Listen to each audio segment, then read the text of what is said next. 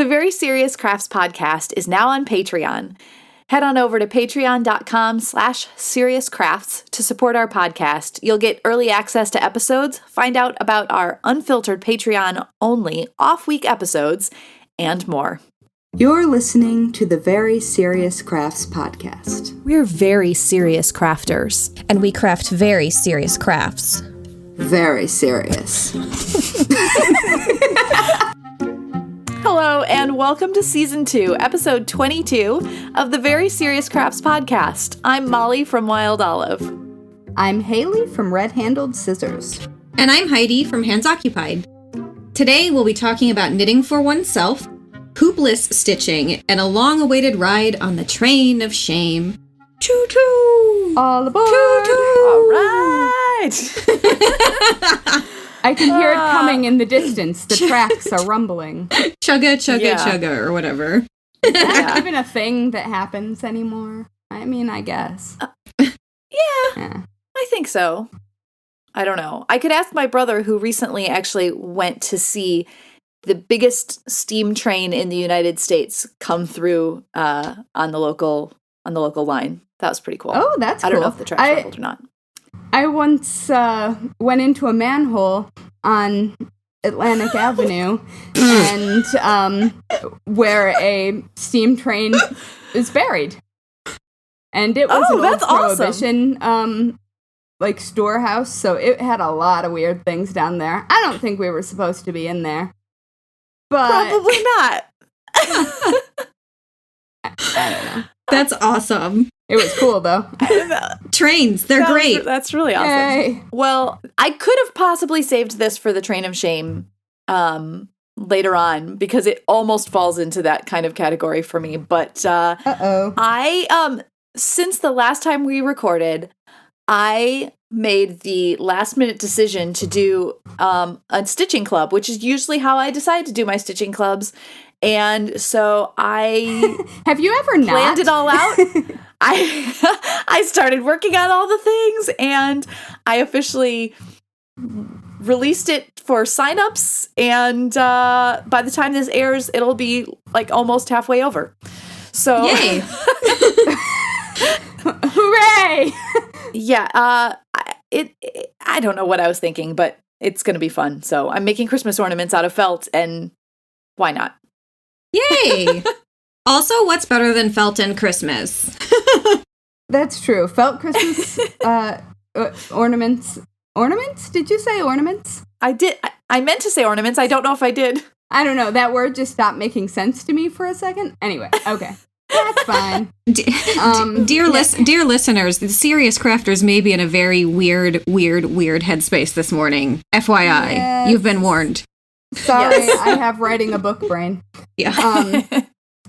Speaking of writing a book brain, I have been eating snacks with chopsticks all week, so I don't have to go wash my hands after eating them, because that would take time out of stitching. And so I've been eating like Swedish fish with chopsticks and chocolate-covered almonds with chopsticks. I think that's brilliant. It's working out. Yeah. I definitely did not come up with the idea myself, I don't think. I'm fairly certain that I saw somebody else do it and was like, yes, yeah. I've seen a lot of knitters do that. Yeah. Which is really funny, because if you're holding 2 knitting needles and 2 chopsticks at the same time, yes, it's a lot of sticks. Well, and I mean, you're It's a lot not of sticks. really holding them at the same time. You're taking a moment to... But when you take a selfie for that Instagram, you sure hold both at the same time. Is what I'm saying. Fact. Although my selfie for the Instagram did not. It had the cat in it. Well, of course, you were In also my hand. cross-stitching versus knitting, so, you know. Yeah. That's true. Well, My, the cat was on top of my cross stitch. Yeah, my friend Jess, who is crafting geek, she does just loads of cross stitch all the time, and I will sometimes see her eating things like Cheetos or Doritos, and it just gives me panic, even if she were using chopsticks with it. Yeah. I can't remember what her method is, but yeah. I think that's dust in the air. yeah. But it's you're going to wash it afterwards anyway. Would you trust that you would be able to get chi dust out of a cross-stitch project, though? Chi dust. No, you're talking to someone who's eating with chopsticks to avoid touching anything. Yeah. I definitely wouldn't. But there are people who are chiller than I am. A lot of people who are chiller than I am. Well, okay, that's a good segue. Speaking of eating and crafting and no chill. So I'll keep this little story brief because it's self-explanatory. So sometimes the universe tells you in some way that you need to chill out and slow down and take a break. Sometimes that comes in the form of putting off breakfast for so long that you get low blood sugar and you're like, uh-oh, gotta eat some carbs. So you go to slice off a piece of bread from this like nice baguette you splurged on. The bread knife ends up in a finger. Let's just say that. On a finger? On is probably more accurate. Well, it was in. I know because I saw a photo. Yeah. I would just like to read this text to the listeners that I got from Heidi. Oh, gosh. That was just with no preamble at 11:50 a.m. Would you like to see my bloody finger where I cut it instead of bread this morning? Uh-huh. Self-explanatory. You see? Yep. And I mean, the answer was obviously yes. Yeah. But that is all. I just felt that people know how our relationship works. Yeah. Well, and I had low blood sugar, and there was a decent amount of blood because let's just say it was a serrated knife. And I was just like, am I going to pass out in my house alone on my kitchen floor? And let's take a photo instead. Yeah. I figure if I like reached out to someone and something bad happened, they might follow up. Well, I would definitely have gotten you help. Yeah. I have your address and I know what you did. Right. So, I know what you did. I know what you did. And very ominous. Anyway, my finger is fine, but I really nailed it right on the knuckle. Ow. And I managed to give myself a knife-shaped bruise up my finger because it went down really hard. So there was a good 24 to 36 hours where I was like, stitches? Did I chip a bone? Like, have I done something major? So that was a cute window of time. That's fun. Yeah. So thanks for the help with my bloody finger. I mean, I'm always happy to rate your gore. Yeah. So, not too long ago, well, let me start by saying this. I suggested that today I would like to talk about plastic lanyard crafts.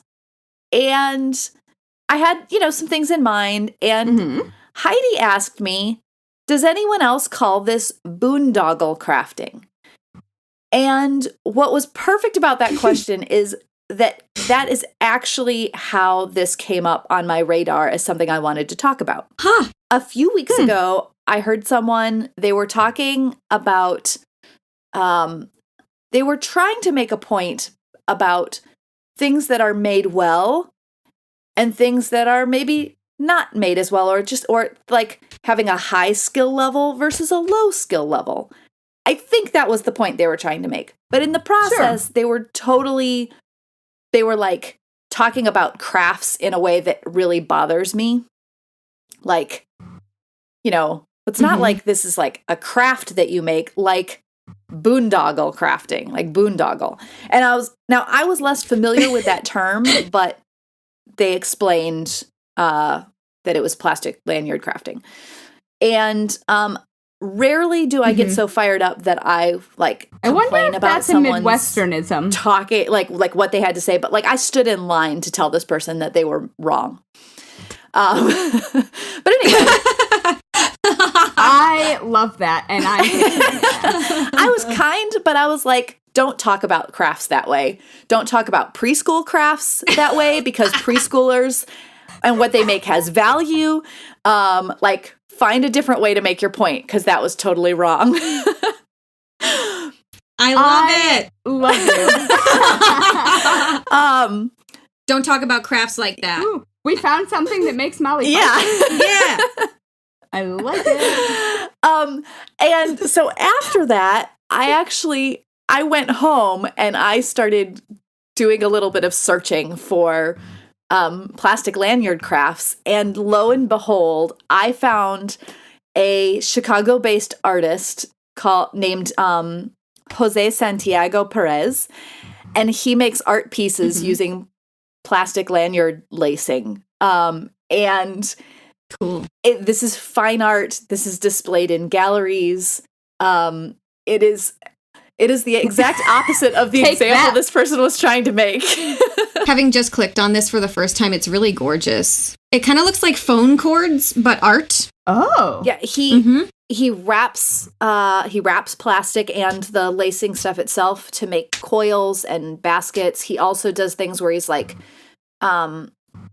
looping it through a plastic grid to make like a fringe base, kind of like latch hooking. And this is like plastic lacing crafts, lanyard crafts elevated to its finest. It's worth taking. I sort of did a skim over his artist statement, but it's worth like reading over that because that's really part of his goal is elevating fiber arts and it's really cool stuff. But the thing that I had with this is like, because I loved doing lanyard crafts when I was younger, and I probably rarely actually finished a project, but I loved doing it, and that's valuable in itself. But I also then it got me on the boondoggle word. I wanted to see what that was, and so I looked it up on Merriam-Webster because I thought, so where does that phrase come from? And it has two meanings. These are very important. One is a braided cord worn by Boy Scouts as a neckerchief slide, a hatband, or an ornament. Okay. Really? That's where I know this word from. So Cub Scouts. Exactly. So they're saying Boy Scouts, and there's a reason for that. But it went along with scouting crafts, obviously. But the second meaning for boondoggle is a wasteful or impractical project or activity. Now I get a little bit more fired up about this word. I don't even want to eat that word is just out of my vocabulary forever now. But it actually it's dead to you. It's dead to me, exactly. Boondoggle. But apparently the word actually came about because a scoutmaster for the Boy Scouts of America used the word to name their cords that they use, and it became really popular in 1929 when they presented a scout boondoggle to the Prince of Wales. So, there you go. Interesting. Yeah, I always assumed that it was because they're so often gifted, or like you make one at summer camp and give it to your parents when you get home, or your best friend, or whatever. I always thought it was boon, like as in giving someone a boon, like a good thing. I mean, and so that could have even inspired his creating that word, or I don't know if the word I don't know if the other meaning of the word existed before, but I'm thinking if you're giving it to the Prince of Wales, that's a thing of value. So I don't want to hear anybody bad talking plastic lanyard crafts or any crafts of any kind, okay? There. I mean, they're fun to make. I know you wouldn't.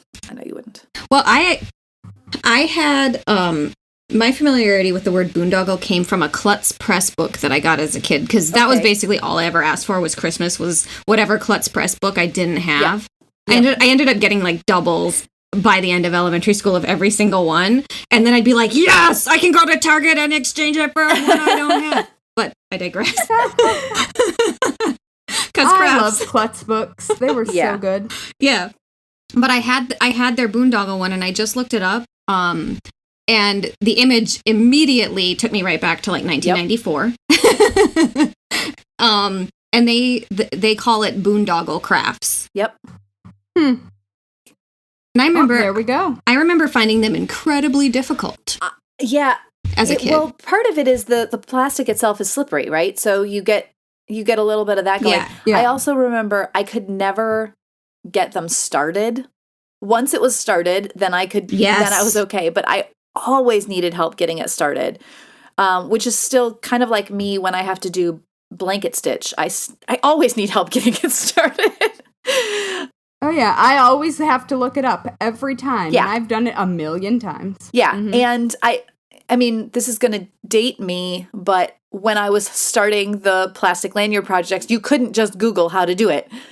Google was not around yet. Oh, me neither. I mean, America Online wasn't around yet, I don't think. Yeah. Yeah. Yeah. The internet was like listservs. Yeah, exactly. So, anyway. Not that any of the kids listening will have any idea what I'm talking about. Sorry, guys. Yeah.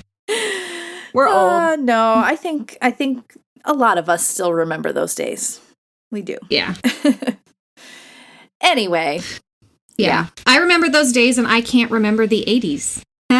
There you go. I remember the 80s. Sorry. Yeah. Thanks a lot. You're welcome. Yeah. So let's move on. Yes, from Heidi, things you're that the are... youngest.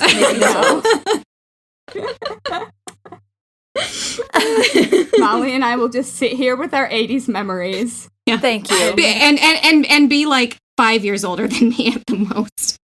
Yeah. Yeah. Maybe 6. Maybe 6. Those were the days. Well, the reason that I am so good at getting completely off subject is I'm sitting here stitching a project for my book, and every once in a while I will be counting, and I will miss like a necessary word. And so, sorry guys, that this is one of those times when I can't take a break. So everywhere I go and everything I do, I am also stitching at the same time. Yes. But and so as I was doing this and have done it in multiple areas, people have given me sort of strange looks. And so I was wondering, if when you guys cross stitch, do you use a hoop? Yes. I don't use a hoop when I cross stitch. And I would say that it's for one reason, but it's always been that way. I've done it in a hoop a few times. I've had projects in a hoop sometimes, but these days, no, I do not use a hoop. No, and neither do I. And that's sort of where the weird looks are coming from, because it also doesn't look like I'm cross-stitching, because the stitch is, like, I'm basically doing 2 stitches at once every time. And right. So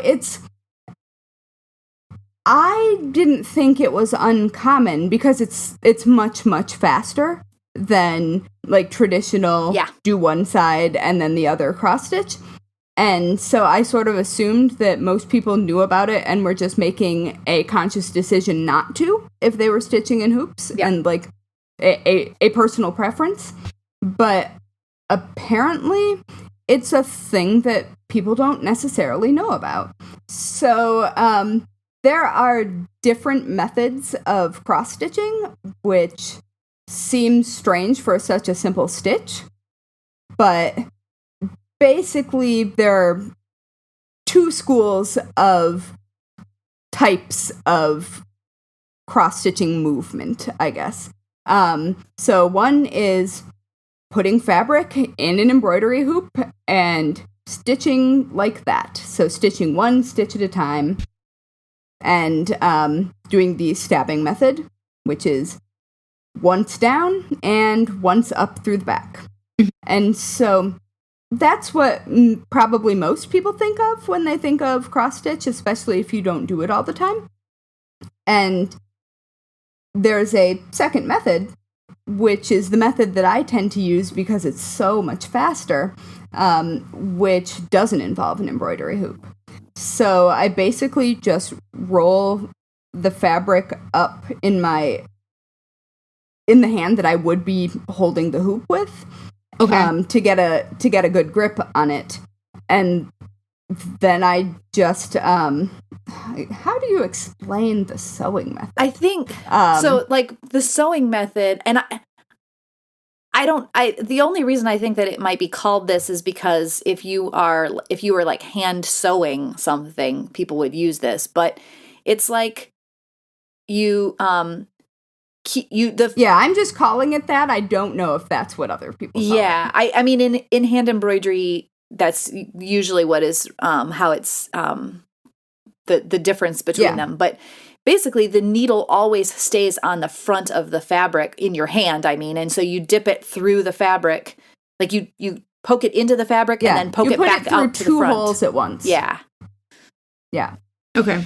Which is a little confusing to picture, and I will definitely do a video on my Instagram, which I will link to, because if you haven't tried it, it might make your projects go a whole lot faster. Yes. Yeah, and that's always a good thing. Mm-hmm. Yeah. Good to know, ladies. Thank you. I can't be the only non-cross stitcher who's like, wow. Well, and like I know people who use this for embroidery as well, although I think they're probably they're working in a like running stitches and stuff too. And like stem stitch, and that works really well for that. But they're in a working in a hoop, but with the fabric just not as tight. Whereas with cross stitch, you really need to be able to almost like bend the fabric as you're working. Yeah, like, and I definitely do. I fold the fabric over and stitch through 2 holes at once. And it also keeps the fabric from accidentally knotting in the back and then you not noticing it until 2 rows later. And that drives me crazy, but it also can come loose, and then you've got loose stitches. I may have still been able to do that anyway. And if it doesn't come loose, it doesn't matter. But there's no surprise there. If it's going to get tangled, it gets tangled on the front, and you can deal with it, which is, I think, pretty helpful. Yeah. Yeah. But, cool. Yeah, so different methods, and if the listeners have a method that is different than that, I'm always interested to hear how people learned. And like how someone taught you to do something, because there's so many interesting right ways to do a thing, and I like to see them in action. So let us know. Yeah. Well, over here, as listeners will know, the techniques I've personally been working on improving this year are basically anything having to do with making my own clothes. And it's funny. You're doing so well with that. Thank you. Yeah, it's funny because now that we're recording in early October today, and now that it's near the end of the year, I was really feeling some kind of way about like my output, like my finished, photographed, whatever output to readers wasn't as much as it was in the past. But honestly, I think my technique has improved across knitting, crochet, and sewing, and even punch needle, latch hook, and macrame, to be quite honest. Yeah. My skill levels have improved so much more this year than they have in other years, and that's kind of cool. It's very cool. It's nice to see that.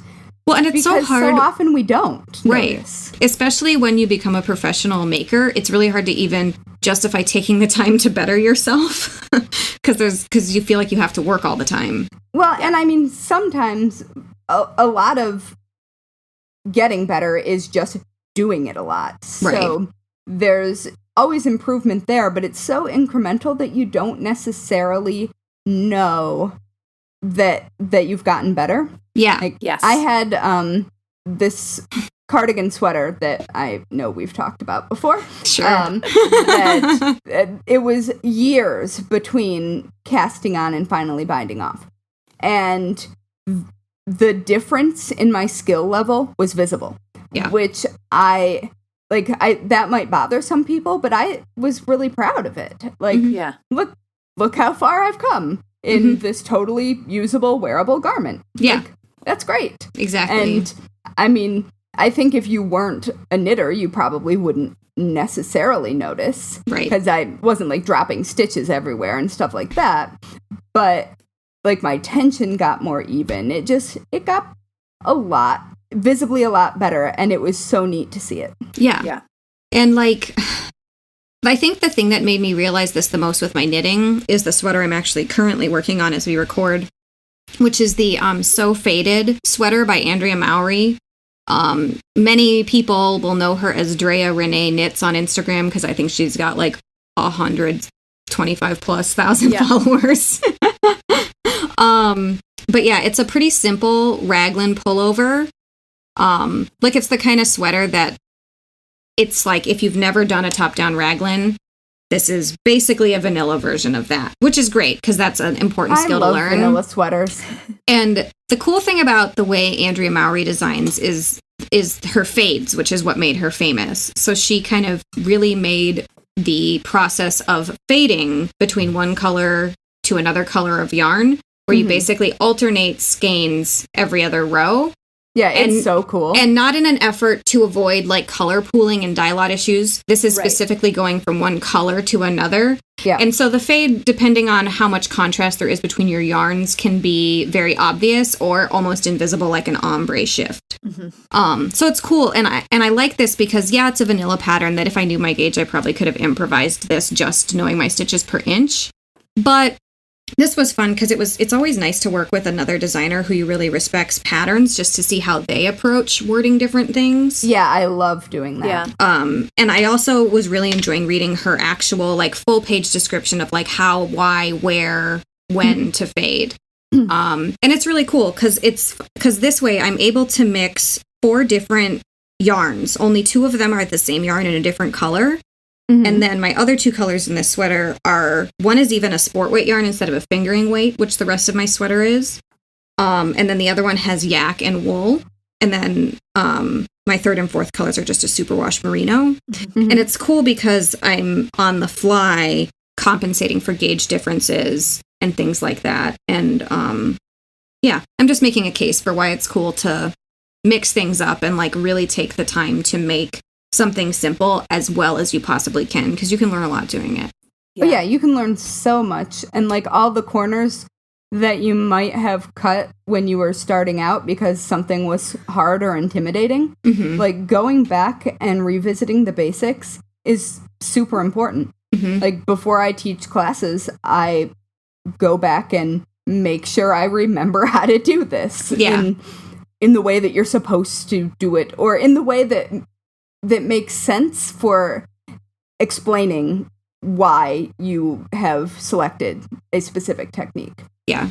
And it's funny because at my craft nights in my studio, one of the comments that comes up, and it's funny, like when you get a consistent group of people at a craft night and they also like know your work, it's funny because they see you on the fly doing your work in front of them. And it's so funny what people view you as an artist versus how you view yourself. And the thing that blew my mind was people were like, your technique is like the thing that I think of when I think of your making is like really perfect technique. And I was like, what? Actually, that's what I think of when I think of like your finished patterns. And thanks. It's just and called... I know how you work. And, but I think you are really precise. You just might be figuring it out as you go. That's what it is. But once you figured it out, you are doing it for a reason. Right. Yeah. And I mean, that's kind of what designing is, right? Yeah. Like, I'm not trying to fish for compliments. I'm just kind of waxing about the perception of one's work versus the reality. Oh, absolutely. You know? And it's funny because I feel like the way I got this way was not just crippling anxiety and a issue with being a perfectionist. But I think, like, if you really want to improve your technique and your gauge and your fit and your tension, you really do need to do foundational things like a simple raglan pullover or swatching a lot. And that's how you get your technique to really, really be good. Is doing the easy, executing the easy stuff as perfectly as you possibly can. Mm-hmm. Yeah. Anyway, I'm done rambling about this. But yeah. No, I think that really is important. And I think that people are often in such a hurry to be able to make the fancy thing that they've got in their heads that they don't stop to lay down the skills that are needed to really make it look like they want it to. Yeah. Yeah, and I think it's balancing, like reaching for something that's like 10 to 25% past the hardest thing you've ever done and doing it kind of crappy. But then next project, do something that you know how to do, even a pattern you've done before, but like see the improvement or like focus on doing it really, really well, even if it's mostly stockinette stitch, for example. Yeah. That's all I'm saying. The end. The end. All right. Perfect. Speaking of how we got this way. Yeah. Choo-choo! Yes. All aboard. Let's talk about fails. It's been a while. Hold on a second. May I have your ticket, ma'am? It's been a while since we've ridden on this train, I have to say. And I would just like to point out, if you've not heard the Train of Shame before. This train is the Train of Shame, for the record. Yes. If you've not heard the Train of Shame before, this is our time to hop on board and share the things that we might normally be ashamed of in our crafting life. And we're being absolved of our crafting sins. Exactly. Make a few confessions. By confession. Yeah, exactly. And it just feels a whole lot I'm better. not Catholic, so don't at me. I don't know. Neither am I. But I will we would like to point out that this is for everyone's benefit so that you can feel better about the things that normally you think that you should hide. You shouldn't feel any shame over them. Yeah. Share them and also a weight is it's lifted. So nice to just laugh along about it. And I will say we haven't done this in a while, but I think it's fair to say it's not because we haven't had our moments that we could have shared on the Train of Shame. We've just had a lot of other things to talk about. But most recently, and this is maybe gonna sound a little bit like a humble brag, but my Train of Shame is that I sewed my very first invisible zipper, and it was 90% successful. That probably is not super well shameful. Done. I did have to re-sew, like where it was meeting up at the very last part. I had to sew it a couple of times, like redo it, and then I ended up just doing it by hand because it was better. But that's not the shame part. The shame part is this is an invisible zipper. No, that's a triumph. In an infinity scarf that has a hidden pocket, so you can travel with it and put things in the scarf. And I was really excited about it. Oh yeah, I love those. But after I was like thinking that I was done, I went to turn it right side out through the pocket and realized I had completely sewn the thing in the wrong order. So the zipper was fine, but the rest of the seams I had to redo because you couldn't put it together that way. There's a specific way that infinity scarves have to go together. And I thought that I had found some brilliant workaround for it. No, I had not. Nope. That was not brilliant. That was a way to remake your whole project. So there you go. And that is how we learn, friends. My Train of Shame. But at least that zipper was a triumph. Invisible zippers are hard. Mm-hmm. Yeah, it was, but Totally. you know what? It actually, it worked out. I even just used a regular zipper foot, not an invisible zipper foot, and it still worked out for me. So I'm going to hold on to That's that good. triumph and forget about Yeah, you don't really need an invisible zipper problems. foot. My Train of Shame is somewhat different because it is me not doing something. So please allow me to read you a short list of the things that I have been doing instead of working on projects for my book. I have been shopping for witchcraft because it's a craft. Sure. I've been shopping for sweaters for my cat because obviously. Good. I've been planning a completely unnecessary candle project because I obviously need to start pouring candles right this very minute. Obviously. Mm-hmm. And I've also really organized my embroidery floss. Like, it's all set up and ready. And to be worked with? Yes. Okay. and to be fair, I'm halfway done with all of the projects for the book. It's not as though I haven't started. It's just that sometimes you have to, I don't know. But I've also been mentally plotting out a crafting-related cozy mystery.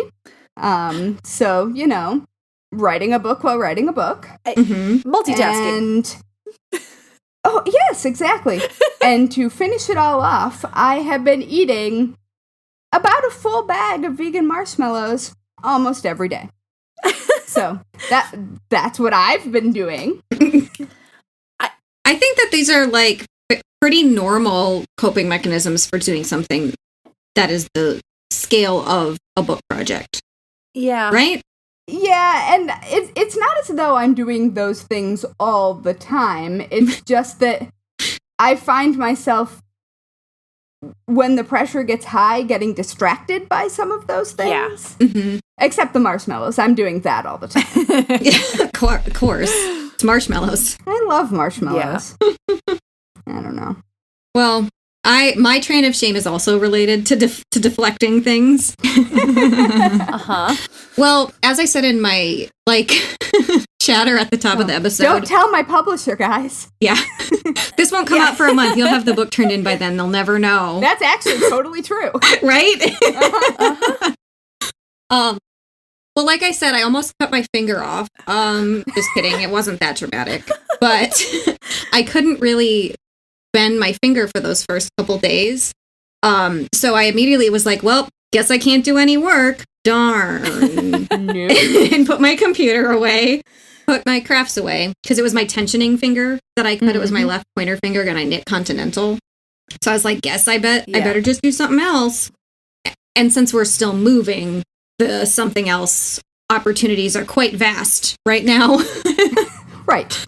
So on Friday, after cutting myself and finally eating food and stopping bleeding, like you do, all good things. I opened every box of all the home decor stuff I ordered to style my house, specifically my bedroom, for real estate photos. Boring, but somewhat creatively satisfying. And then, in the midst of selecting from among several pillows, literally all the ones I bought I've since returned, by the way, because none of them worked, because, of course. Why would they? Yeah, exactly. But at the end of this process, I was like, all these pillows have got to go that I ordered. I still need pillows to decorate my bed. And I ended up realizing I had the right pillows all along. And they were my punch needle pillows that I worked on a year ago and talked on this podcast. And I did all the punch needling more than a year ago. And I sewed the pillow covers that I was going to whip stitch them to 6 months ago. But had I actually sewn the frickin' punch needle onto the pillow? Absolutely not. So I also haven't sewn the punch needle onto the pillow I was making. Yeah. So I spent the weekend not doing any real work, but I did finish those punch needle pillows. So and they look great. Thanks. I'll put them on my blog. I should probably put them up before this episode comes out so then people can see them. Yeah. Well, now I have a new good deadline. Crap. Sorry. I did it to myself. But it's also a really good way to shift creative plans and still be doing something, which is we're excellent at utterly failing to take breaks. So Yep. That is what my therapist has told me. She was like, "Are you ever not working?" And I was like, I mean, I watch TV and knit. That's working, sweetie. Yeah. But that's the problem when you do your hobby also as your profession. Exactly. It's incredibly hard to not be always working. Learn from us, listeners. Run away. Just kidding. But don't run with scissors in your hands. True. That is my advice to you. That's good advice. Well, and on that note. Yes. On that note, let's go do some more work before we actually, though, fine. like, really, we're gonna stop recording this, but then we're just gonna keep recording in a little bit because then we record our episode for our Patreon supporters. And so, I mean, we still get to just do a little bit more of this, and that's fine. But on that theme, we want to give a shout out to some serious friends of the Very Serious Crafts podcast who are supporting us at patreon.com/seriouscrafts. So many thanks to our newest patron, John, and all of our patrons there. You really do make a difference in helping make this podcast possible. So thank you very much. Yes, thank you, John. If you are a person who likes to hang out on the internet, you should hang out with us. Find us on Instagram and Twitter at Serious Crafts, and on Facebook at Very Serious Crafts. You can also find show notes and all things Very Serious Crafts at veryseriouscrafts.com. Want to join in the conversation? Tag us using hashtag Very Serious Crafts. And if you're using Instagram stories, don't forget to tag us with @SeriousCrafts so that we can reshare your stories. Are you a fan of the Very Serious Crafts podcast? We hope so. Please leave the Very Serious Crafts podcast a 5-star rating on whichever platform you use to listen to podcasts. Good ratings help us show up in recommendations, which helps more people who love crafting find us. It's really true. And finally, if you'd like to sponsor an episode of the Very Serious Crafts podcast, visit veryseriouscrafts.com and click on sponsor, or support us at patreon.com/seriouscrafts. Yes, thank you for putting up with us, you know. Wow, that was an episode.